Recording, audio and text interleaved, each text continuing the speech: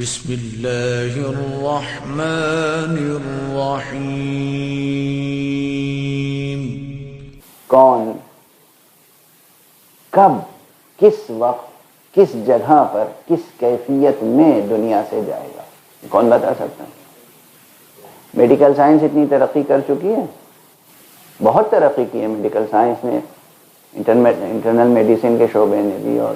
Surgery کے شعبے نے بھی بہت ترقی کی ہے، اس میں کوئی شک نہیں، مگر کوئی ڈاکٹر یہ بتا سکتا ہے کہ یہ اتنے بج کے اتنے منٹ پر اور اس کیفیت کے ساتھ دنیا سے جائے گا؟ جب یہ جا رہا ہوگا تو کون سا لفظ زبان پر ہوگا، یہ کوئی کہہ سکتا ہے؟ اور اب اگر کوئی کہے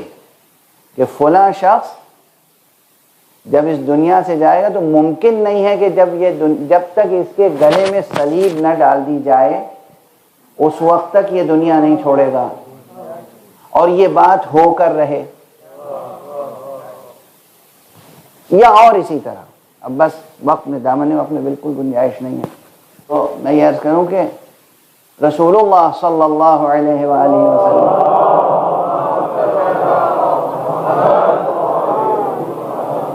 نے وحی و الہام الہی کے ذریعے سے جو کچھ آپ کو ملا تھا وہ حضرت امیر المومنین علی ابن ابی طالب علیہ السلام کو ودیعت فرمایا، اور اس میں سے بہت سے اسرار اس قبیل کے تھے کہ ان کو معصومین نے ایک جگہ مدون کر کے اس کا نام رکھا علم منایا۔ علم منایا، منایا منیہ کی جمع ہے یعنی موت، کب، کس کی، کہاں، کس طرح موت واقع ہوگی، یہ پورا علم اور مستقبل کے واقعات، یہ سرکار رسالت مآب کو بھی علم تھا، امیر المومنین کو بھی علم تھا، اور جناب امیر المومنین علیہ السلام نے اپنے بعض شاگردوں کو بھی اس میں سے تھوڑا سا علم دیا تھا،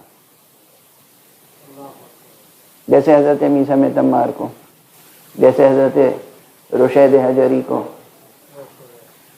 حضرت ابن عباس، عبداللہ ابن عباس حبر الامہ کہلاتے ہیں، بہت بڑے مفسر کہلاتے ہیں، اور انہیں بھی شاگردی حضرت امیر علیہ السلام کا بھی شرف حاصل ہے، مگر شاگردوں کے بھی تو مراتب ہوتے ہیں۔ خود میثم جو کہ بنی ہاشم سے نہیں ہیں، غلام تھے کسی کے، امیر المومنین علیہ السلام نے میثم کو دیکھا، چہرہ دیکھا، آنکھیں دیکھیں اور پہچان لیا کہ اس میں کیا جوہر پوشیدہ ہے، میثم کو خریدا اور آزاد کر دیا۔ عبداللہ ابن عباس بنی ہاشم میں سے ہیں، چچیرے بھائی ہیں، لیکن معلوم ہے کہ ان کی صلاحیت کتنی ہے، اس لیے ان کو جو بتانا تھا وہ بتا دیا، ان کو جو بتانا تھا وہ ان کو بتایا۔ اب یہ روایت موجود ہے کہ حضرت میثم خود آئے ایک دن، کہنے لگے عبداللہ ابن عباس جو کچھ سینے میں ہے جی چاہتا ہے کہ اس میں سے تھوڑا سا تمہیں بتا دوں، لو کاغذ قلم لے کے بیٹھ جاؤ اور لکھتے جاؤ۔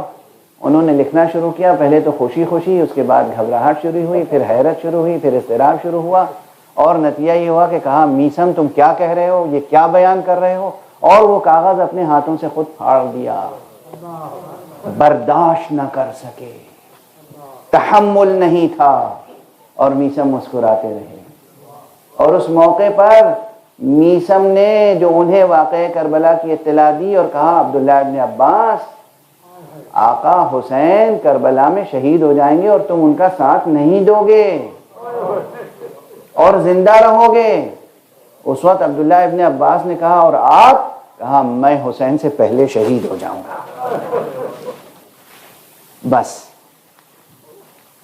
بہت سی باتیں رہ گئیں، اور یہی ہوا تاریخ میں کہ جناب میثم کی شہادت پہلے واقع ہو گئی، کربلا سے پہلے، عاشور سے پہلے، لیکن آج جس تذکرے کی طرف میں آپ کو لے جا رہا ہوں وہ ایک اور نام ہے۔